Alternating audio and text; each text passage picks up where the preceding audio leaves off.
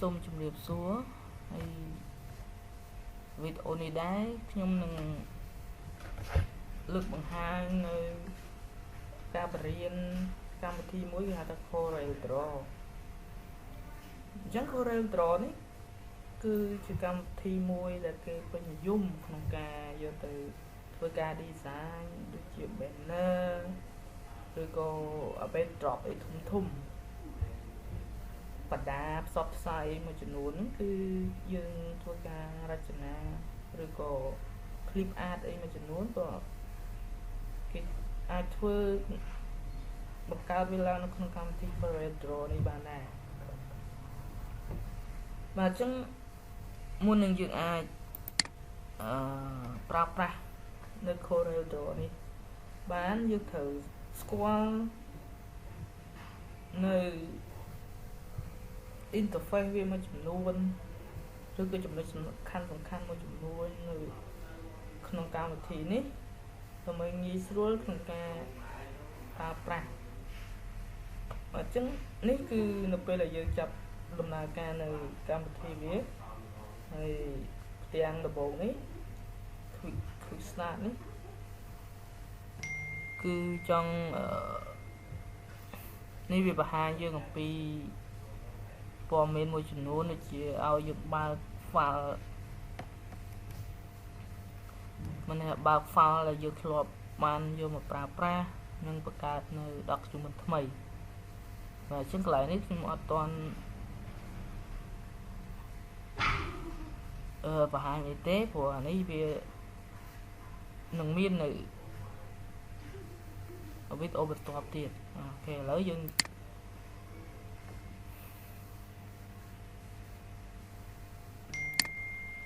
ឥឡូវនេះយើងមកស្វែងយល់និងស្គាល់នៅ interface របស់កម្មវិធី CorelDRAW នេះសិនអញ្ចឹងពេលដែលយើងដំណើរការកម្មវិធីនេះមកវាបង្ហាញផ្ទាំងបែបនេះអញ្ចឹងខាងលើនេះគេហៅថា menu bar ណា menu bar មានច្រើនមាន file edit អីចឹងមកគេហៅ menu bar អានៅខាងលើនេះចឹង menu bar ហ្នឹងគឺជា menu មួយដ៏សំខាន់ដែលកម្មវិធីនីមួយៗតែមិនអាចខ្វះវាបានឡើយនៅក្នុង menu bar ហ្នឹងគឺវាមានច្រើននៅក្នុង menu មួយហ្នឹងទៀតគេហៅថា sub menu ហ្នឹងមានឧទាហរណ៍នៅក្នុង file នេះ menu នេះវាមាន new មាន open មានអីចឹងហោះហើយចឹងមកបាទយើងមកកាន់ edit menu វាក៏មានហោហើយចឹងរបស់វាមួយទៀតដែរបាទកន្លែងនេះគេហៅថា standard toolbar អូខេចឹងវាជា tool shortcut មួយចំនួនរបស់អា menu ហ្នឹងដែលវាបង្ហាញនេះគឺសម្រាប់ជួយយើងឲ្យចំណេញពេលវេលាដូចជាការ save ការ open cáiអីហ្នឹងយើងមិនចាំបាច់ទៅចូល menu ហើយចាំបើកគឺយើងប្រើប្រាស់នៅលើ toolbar standard នេះព្រោះយើងអាចប្រើនិយាយទៅវាជំនួយឲ្យយើងចំណេញពេលវេលាបន្តិចដែរណាចុះមកខាងក្រោមនោះគឺជា property មួយអានេះ property នេះអា property នេះវាតែងតែដូរ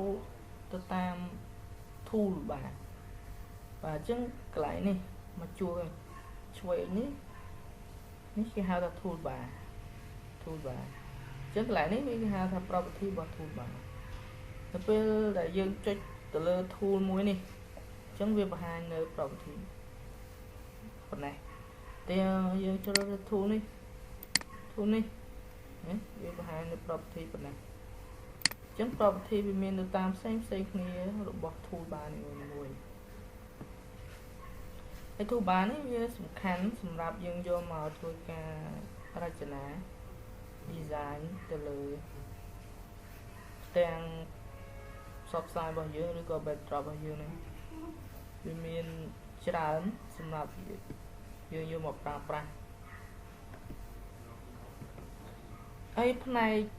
ខាងនេះវិញខាងស្ដាំផុតនេះវិញដែលយើងមើលឃើញពណ៌ខមខៀវវិញហ្នឹងគេហៅថា color palette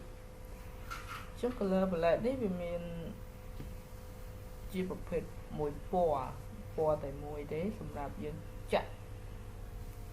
ចាក់ពណ៌មកលើ object របស់យើង object ចឹង object នេះជាស្អី object នេះគឺជារបស់អីមួយដែលយើងយកមកគូរឬក៏ជារូបភាពអីមួយដែលយើងទាញយកមកដាក់និយាយថានេះខ្ញុំគូប៉ុណ្ណេះនេះគេហៅថា object មួយហើយយើងចង់បាន object នេះពណ៌អីពណ៌លឿងឬក៏ពណ៌ខៀវអីចឹងតាមអ្វីដែល user គាត់ឆ្លាញ់បានគេហៅថា object ហើយមួយវិញទៀតគឺកន្លែងនេះយើងមើលឃើញលេខមាន crate តូចហ្នឹងគេហៅថា ruler អញ្ចឹងវាជាបន្ទាត់ក្រិតមួយសម្រាប់ឲ្យយើងធ្វើការដៅចំណុចក្រិតឬក៏ຂ្នាតណាមួយទៅលើ page ទំព័ររបស់យើងបានតែផ្ទាំង design របស់យើងហ្នឹងវាមាន rule ផ្ដេកនិង rule វិឈរ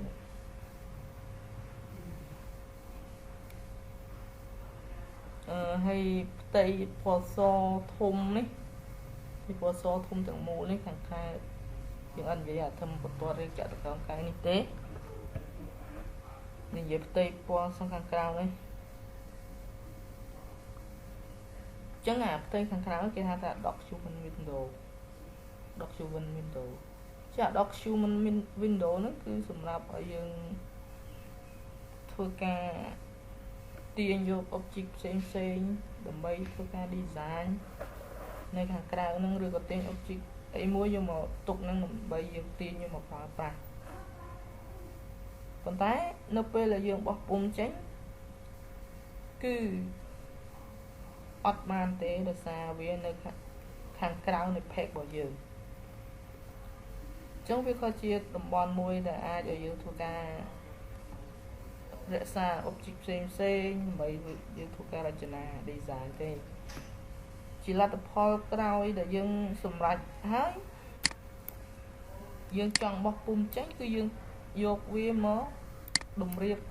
ដាក់រៀបចំយ៉ាងម៉េចក៏ដោយឲ្យនៅក្នុង page នេះគេហៅថា document page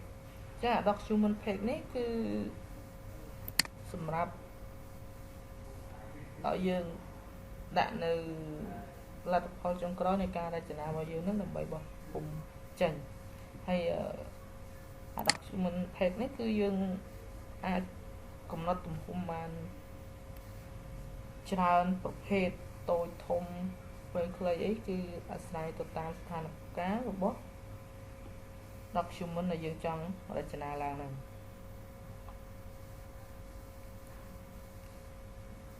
បាទអញ្ចឹង